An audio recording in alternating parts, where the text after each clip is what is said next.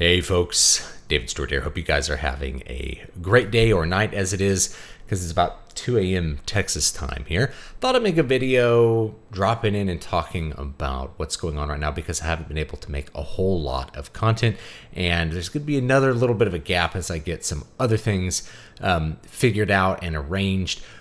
We managed to move. So for those of you that didn't know, I moved from California to East Texas. I was originally born here.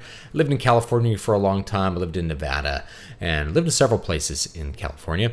But we finally went ahead and made the move back to, now we're in the Houston area. And boy, it was a brutal move for a whole bunch of reasons. And so I'd like to just, tell you that story for those of you who are interested in all the happenings and going on of what happened with this wild move. Of course, it was a big move because you're moving a really long distance. We're moving 2,000 miles. And it was a big move because we have a lot of stuff. And it was a big move because we have 2 kids, which means you have even more a lot of stuff because they have stuff too. Man, we have too many toys. We end up, how do we get so many toys? And of course, we have cats and turtles. So we were going to move cats and turtles. And we had a fish tank, so we had to figure out what to do with that. So what ended up happening is our original plan was to sell our house in California.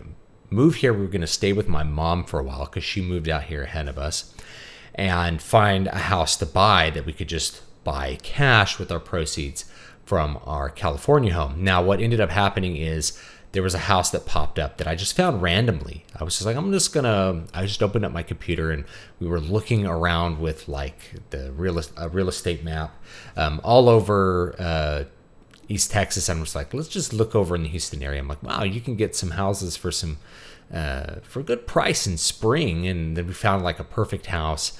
My wife fell in love with it. She really wanted it, but she couldn't go out and see it. So I flew out to Houston, came and looked at the house just to look at the house and make sure that it was like, because the photos really showed it as like the perfect house for kind of what we wanted with our family.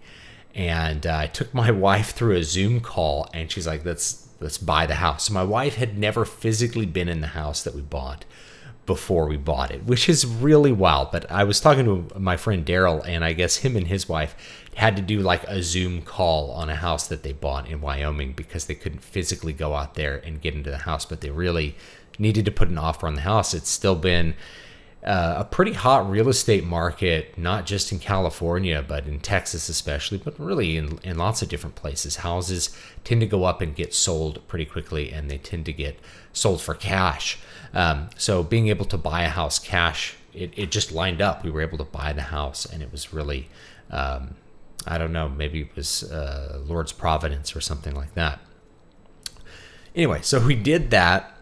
It's a cool house. It's basically the same size as our old house in California, a little bit of a discount because we moved to Texas, but it's a bigger lot. There's like a forest behind the house, which I've gone and explored with my son, and I'll post some pictures, posted some pictures on Twitter. I'll post more. Just really weird little wooded area surrounded by like suburbs as you go further out. It's a really bizarre little area, but kind of perfect for our family and what we want, which is to be kind of close to civilization, but not in the city or anything like that. We've lived in LA. I don't want to do LA again. There's nowhere in Houston that's like LA. And there's nowhere in Houston that's like, say, South Bay area of LA, which is where my wife and I lived. But we definitely don't want to do like full urban again, especially with kids. That's just not for us. We found a good little kind of suburban mix area here. So yeah, my wife had never been in the house, and we bought it, and then we had to figure out how to move. Now, ahead of this, my wife had already arranged for these pod storage. So Pods is the company that we used, and the reason we used them is that we realized like, okay, well, if we got to move in with my mom for a while, what are we going to do with our stuff? Well, Pods would not only move the stuff, they would store the stuff, and that was a big consideration for us, even though we ended up paying a premium to use this company. And you could use, there's other companies like U-Haul does something similar, I think, versus trying to get a truck big enough to haul all of our crud. We ended up getting these pods, and then because we just kind of stuck to our plan, we had this big lag where like we moved on my birthday, which was June 14th. And so for those of you that were waiting for Hobbiton Birthday 2022, I'm really sorry I haven't given away a bunch of stuff yet. I'll have Hobbiton Birthday in July, or maybe I'll do it on Bilbo's birthday or something like that later on. I'll give away some books, and I do want to give away a lot of books. I have tons of plans for the rest of the year. But yeah, I moved on my birthday. And so there was a lag. Like we didn't have any of our stuff for like 2 weeks. And in the meantime, we had to pack all of it into pods before we had to leave, and we had to get out of Dodge with our cats. And it turned out like we were really down to the wire as far as packing stuff, and we did not have enough room in the pods.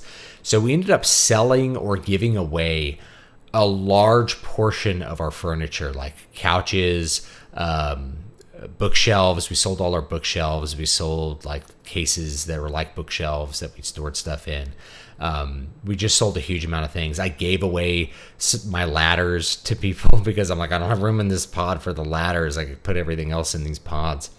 I'm trying to think if there was anything else that we like sold or gave away, but leading up to it, like even before this, we kept selling and selling our stuff. We have so much stuff, you know.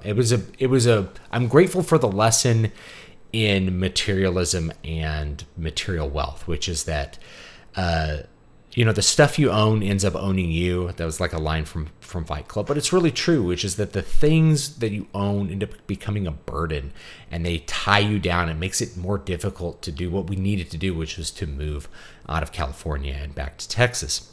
So, that was really stressful. We barely got everything packed, and maybe I'll find some pictures. It's hard to describe in pictures, but I used like every cubic foot of these pods. People saw this thing packed, and they're like, I can't believe how much crap you fit in this. I'm like, I was known for my epic packing jobs for years now. My friends would be like, oh yeah, you'll have Stu pack your truck and you'll have everything like tied down on the outside of the truck. I remember I moved my friend to Vegas. We had like chairs like strapped down on the outside, like it looked like something out of a cartoon, the amount of stuff that we packed on our trucks to move out to Vegas. But anyway, we got all that done. Ahead of that, I had to move like all my guns out and my guitars because I couldn't put them in the pods. They don't want guns and ammunition, obviously, for lots of reasons, not just it's like a risk thing. You can't put ammunition in some kind of storage container that you're going to knock around. So I had to move the ammunition and all that kind of crap out on its own. So that meant I had to drive I drove from Modesto area. We actually lived out in the country, but I drove from there to Houston, pulling a trailer. We found out it was cheaper to rent the trailer in California, pull it to Texas, and bring it back. And it didn't cost me hardly anything. I don't know, it was like $200. It would have been like $1,800 to drop the trailer off in Houston. That's the way things are. Everybody's like, there's so many people trying to get out of California and use U-Hauls. I talked to a friend of mine, my friend Daryl, and what he did, which was really clever, is he flew out to Vegas, picked up a U-Haul, drove it to the LA area, and then moved him and his wife to Wyoming, which is crazy. But it was cheaper. It was cheaper to pick it up in Wyoming and pick it up in Vegas and drop it off in Wyoming than to pick it up in California and drop it off in Wyoming. It's really hard to get those trucks back into the state of California. You got to pay a premium for it. So I did that. This was a long time ago. Came back. All right, now we got to move our cats. So we came up with this crazy system to move our cats. And I'll do a review of these cat carriers we bought just for this because they're really cool and they're actually pretty good. So I crammed 4 cats into these cat carriers in the cab of my truck on top of like my computer and my microphones and like one last guitar that I forgot to pack and bring. The last song that I recorded, which was the last video I did, I recorded on that guitar because it was the only thing I had left in the house to play music on. Anyway, and it was my Godin, which I just plugged directly into my interface and made some music with, which was cool.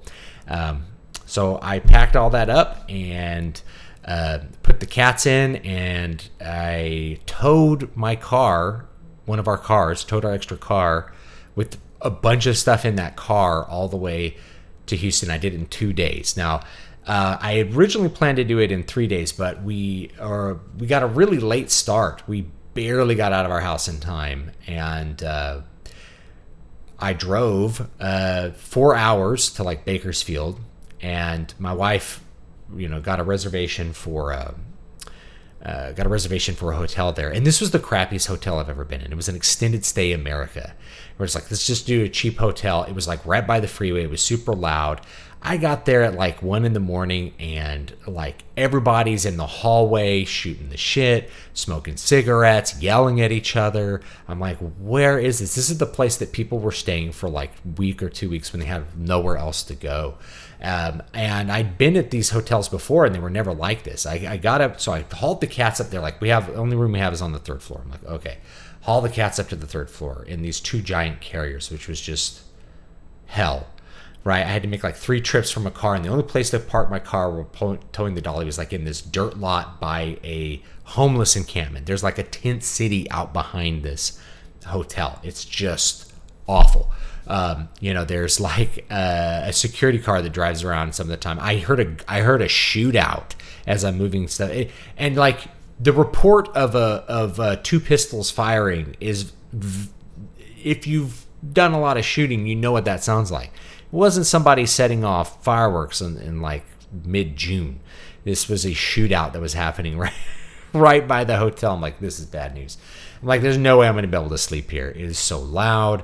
I'm like, somebody's going to steal everything out of the car. The car's just stacked with stuff. There's like a gaming PC in the front seat. I'm like, man, I don't know if I'm going to be able to relax and sleep. The cats, I guess, were okay with the break. I was like, maybe I'll just take a shower, and because I'm feeling so gross and sweaty because I've been working. It was it was like 110 degrees. It was over 100 degrees every single day we were packing up those pots. Like the entire week up to the end of the move, it was over 100 degrees every single day. And it was 110. It was like record-breaking temperatures every day. So I probably smelled like a rotten water buffalo or something. I'm like, I'm going to take a shower. I go turn on the faucet, and there's like black dirt water coming out of the faucet. And I'm like, this is not a good thing. There were no towels in the room, right? No towels. There was a refrigerator. I'm like, yeah, this is the place where people stay when they have nowhere else to go. The shower, once I ran the black water out of the shower and like checked for bugs, I took a quick shower. They didn't have any like complimentary anything like shampoo or whatever. But I took a shower, and I'm like, there's no way I can sleep here. I took a 30-minute power nap. I managed to do it. I'm like, okay, Zen mode. I sat down, like turned on the rain noise on my phone, slept for 30 minutes. I'm like, I'm good to go. I drove all the way to New Mexico. So I drove to Gallup, New Mexico, after staying for 30 minutes in Bakersfield. I got to Gallup, New Mexico. There's a Red Roof Inn there that I highly recommend because, it's a great place to stay. It's really cheap, really clean. Everybody stays there as a traveler. No, your car's not going to get broken into. There's truck parking if you're hauling a trailer or you're driving a semi. So that Red Roof Inn in Gallup, you guys are great. I've stayed there twice. I'll probably stay there again, as I will get to in this now long story here. So stayed there, slept. I started feeling not very good. My head was hurting and whatever, but I slept, took some Advil. I got a good night's rest. This was the other thing too, is I stopped in Arizona. I was like, okay, I'm just going to go to Arizona real quick, right? I couldn't find a room in Arizona. No, it wasn't Arizona. I drove to Needles. Sorry, I drove to Needles first. Drove to Needles. There was nowhere that would rent me a room because it was the morning by that. It was like 10 in the morning. I'm like, can you give me an early check-in? They're like, no, our check-ins are 3 p.m. I'm like, I just need to sleep for a while. They're like, nah, we don't have any clean rooms. And I'm like, there's got to be a clean room. So I checked like 4 hotels. I'm like, nah, this is wasting my time. So I just kept driving. I stopped I called some places in Arizona that I was like, okay, I remember this place being good in Arizona. I slept there once. They're like, nah, we don't have, our check-ins are like 3-4 o'clock. We don't have any clean rooms. So I just ended up driving to Gallup because that was when I could check in. It was like, I got there like 6 o'clock at night. So yeah, I drove to Gallup, stayed there. Then I drove from Gallup to Houston the next day. with these cats in the car. And they had a litter box, they had like some water and food. They wouldn't eat unless they were in the hotel room. And of course, trying to sleep in the hotel room, you get cats like trying to crawl on you and do all this kind of stuff. It was brutal. And then of course, all the way through Arizona, it's like 115 degrees. I stopped in Amarillo, Texas. It was 108 degrees in Amarillo, Texas. Amarillo means yellow, amarillo. And it is the most yellow place on earth that I can think of, really, is Amarillo, Texas. So it was 108 degrees with like wind blowing near to 50 miles an hour. Like this was like the winds of hell. It was, I'm so glad I don't live in Amarillo. But at least there was a dry heat, right? And at least I guess the breeze might cool you off. But it was windy, like hot wind. I'm like, this is gross. Drove to Houston, and each time I get closer, it's just, you feel better and better. And it's like you go through the scenery of like Central California, which is farms. You go up over to Tehachapi, and you're in the desert for 1,500 miles is what it's like.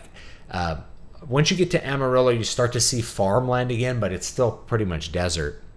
And then things get greener and greener as you go through the hill country. If of course you're taking that southern route, you go by Austin or like San Antonio. And I ended up driving kind of by Dallas and then down to Houston. And I got to the house. I was like, my wife had flown the kids ahead of me, and they checked out the house, and they were super excited. I dropped the cats out at the house, and you know what happened that week? 2 big things happened that week. So I managed to get the cats there. I was just exhausted. I slept here like on an air mattress. There was no furniture or anything, just me and the cats slept here. Put out some litter boxes and food and whatever for them. Boy, they were happy to like not be in a car after a 28-hour drive. The air conditioner broke. So the air conditioner stopped working. And here it was 100 degrees, but 100 degrees in Houston is different from 100 degrees in Modesto. And it was 110 in Modesto. So, I mean, we're getting, you're kind of splitting hairs, but like that humidity, it's not the heat, it's the humidity, right? It was like 70% humidity and 100 degrees. This was brutal. If you don't have an air conditioner drying out that air, it is awful. So the air conditioner broke as soon as I bought the house, as soon as I got here. So I'm trying out all these different things to fix the air conditioner. And first, it's like the capacitor on the fan. Now, I've had those go out before. It's hot here. The capacitors pop. It just happens, right? So have a guy come out. I'm like, do you have a capacitor? I'm like, I could probably get this from Grainger or something, but you're just going to pay a lot for it. I ended up paying a lot for an AC guy to change out the capacitor. Got the fan working again. It's still not working. We had this Nest I'll do a whole video on this. We had this Nest thermostat made by Google. It's crashing. It's just showing the Google logo. It's delay. You have to reset it 10 times to get it back to factory settings. You got to do all this stuff to just make it work without Wi-Fi on. We don't have the Wi-Fi on because we had painters painting the inside of the house. They had to work in like 80, 90 degree heat inside the whole week. I felt so bad for them because I was trying to fix this AC. Finally, turns out the fan went bad, but because it was like not all the way bad, the AC just kept shutting off because of high pressure, and it was just a bunch of things going wrong at once. But that thermostat wouldn't turn the AC on. It kept having low battery. Then it was just like crashing and showing a Google logo. My wife's like, I'm gonna just destroy that thing with a hammer. So I replaced the thermostat now, and through that process, I actually learned you could like jump all the connections if you know what you're doing. So yeah, the AC would turn on if you jumped the connection, but the Nest thermostat wasn't turning it on. Well, after I figured out that I could turn it on, then it was turning itself off, and it was because the fan went bad, and I had to change that. Finally, I got the AC fixed. Of course, during this time, my whole family gets sick. Like we get a really bad cold. Like I'm like, man, I don't feel good. Take my temperature. I don't really have a fever. And then my wife's like, I think this thermometer's not working. We tried different ones. Like, you do have a fever. And she made me take a COVID test, and boom, it's like positive for COVID. This was for me, this was like a 1-day COVID experience. Like I felt kind of sick for a day.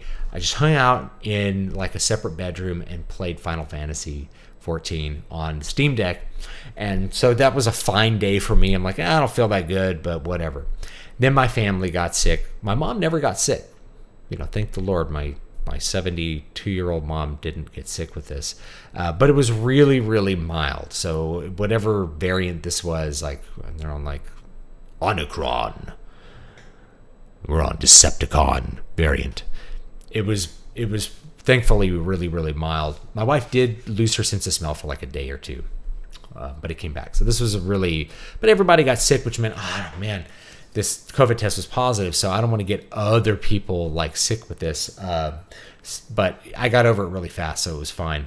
But just like getting there, it's 100 degrees and you're sick and you're trying to fix the AC. It was just a really, really, really brutal move. Finally, the pod stood up.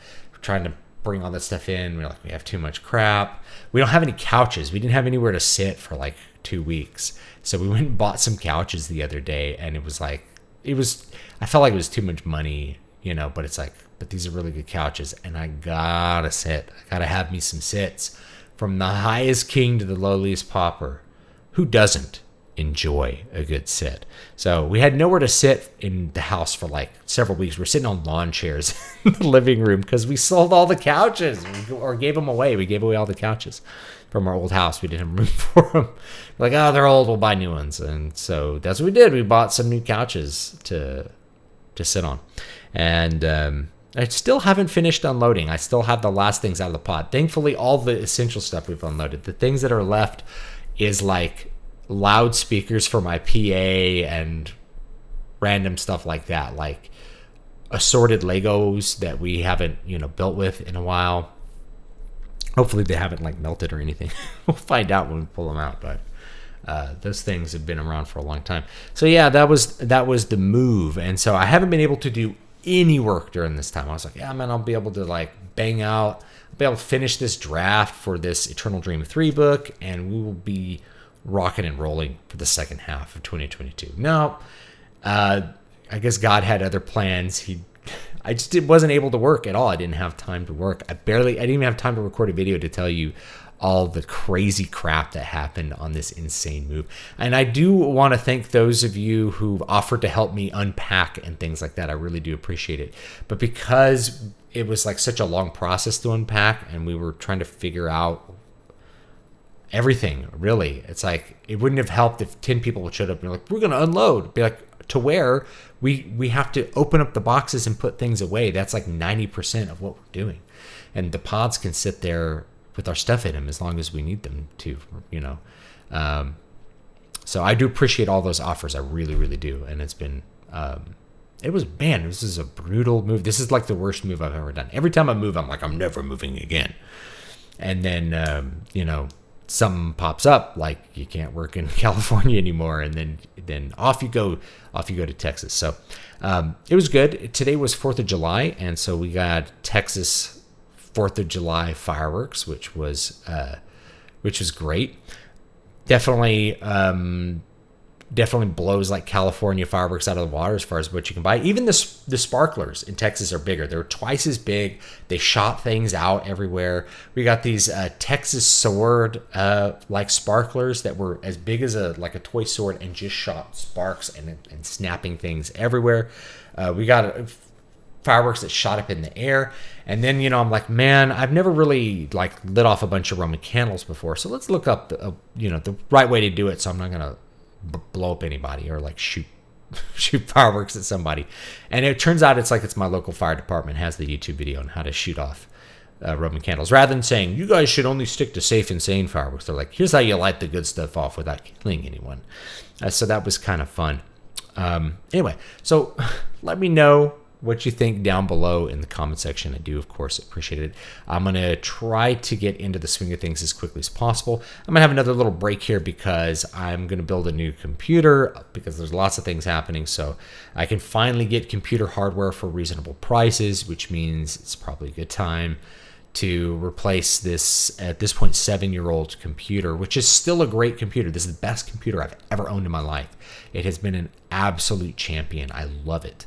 And it's going to continue to live because my wife's going to use it for a bunch of other things that she has planned that it is definitely plenty of life left in it. It's a super robust system, even though it's 7 years old. 7 years old for people who are playing video games, that starts to get kind of old. 7 years old for people that are doing like, web conferencing and video production. That's really not that old, especially with the hardware that I have in it, which is like an 8-core processor and, a GTX 970. That's a good platform. Certainly better than a laptop that you're going to get as far as, what you need for doing some of the stuff that my wife is going to be doing for the next year. So anyway, let me know what you think. This has been kind of a long, rambling video, but hopefully it's been interesting or entertaining for you. I'm sure there's some other crazy thing that I left out or forgot about that was crazy about this move. I was staying with my mom while the air conditioner was broke. Luckily, we were able to stay with my mom. But man, it was a 30-minute drive away. So I was driving here and back like 2 times a day to give cats medicine and feed cats, and eventually just brought the cats back to my mom's house for a couple of days. It's like I can't spend like 2 hours a day driving after driving 28 hours almost straight.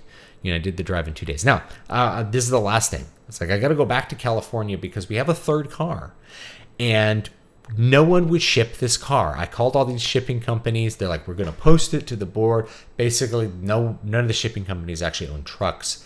Like, it's all separate companies and independent contractors. And so while I'm on my way driving to Texas, finally someone calls me, do you still need your car shipped? I'm like, well, I can't give it to you now. It's parked at a friend's house, and now it's full of crap too. So I gotta. It's gonna be cheaper to go back and drive it than it is to have it shipped. That's just how it is now. So I'm gonna take a one-way ticket back to California, and then spend 2 days driving back our other car because it's really hard to buy another. It's like, oh, should we sell this car? And if we needed another one, we could buy one in Texas. It's like, no. You can't buy a car. It's really hard to buy a car right now. So that's what I'll be doing. I'll be doing that drive again. So I will have done the drive like 4 times in the last 6 months. A 28-hour drive. It's brutal. But anyway, I got more stuff planned, and I can't wait to show it all to you. New stories, new content. I'm excited to get back to work. So have a great one, and I'll see you guys next time.